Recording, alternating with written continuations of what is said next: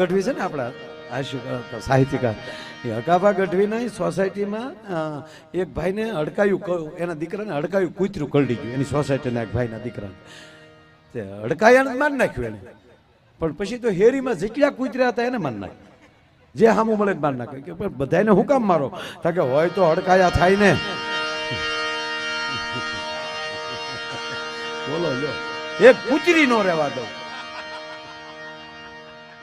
એલા ભાઈ હવે હશે જ આવે યાર. હા,